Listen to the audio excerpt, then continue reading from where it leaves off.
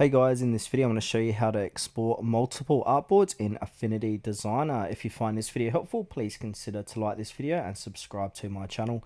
In saying that, let's just jump straight into the video. Okay, so I've got 4 artboards here of 4 different images, so I want to go ahead and export these all separately. So what we need to do is obviously open up your images or documents. Then from here, we want to go ahead and click on the 3 dots. And where it says slice, we want to go ahead and enable that. And once we enable that, we're going to have an option up here to click into it. So I've enabled it, and you see here we can click onto slice.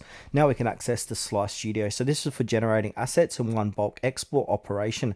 It lets you create drawn or layered derived export slices. So click into that, and you can see when a new folder or page inside of Affinity. So from here, in the right hand side, oh sorry, I've changed that, so click on the slice again. Now to the right hand side, we can go ahead and click onto export options. Now what we need to do, we need to click on highlight all of these like so. All right, now from here it's got presets, so I've got it currently at JPEG, but you can change this to whatever. So you can do GIF, you can do PNG.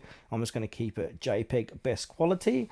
Then from here you can see these are all selected. Now it's probably going to be export layers, but we want to go ahead and click onto slices, so you can see 4 different images here. So I'm going to go ahead and click on export slices.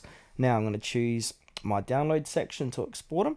Now if I go ahead and open up my downloads, bring that folder over here, downloads, you can see the 4 images that have been exported into my computer from Affinity.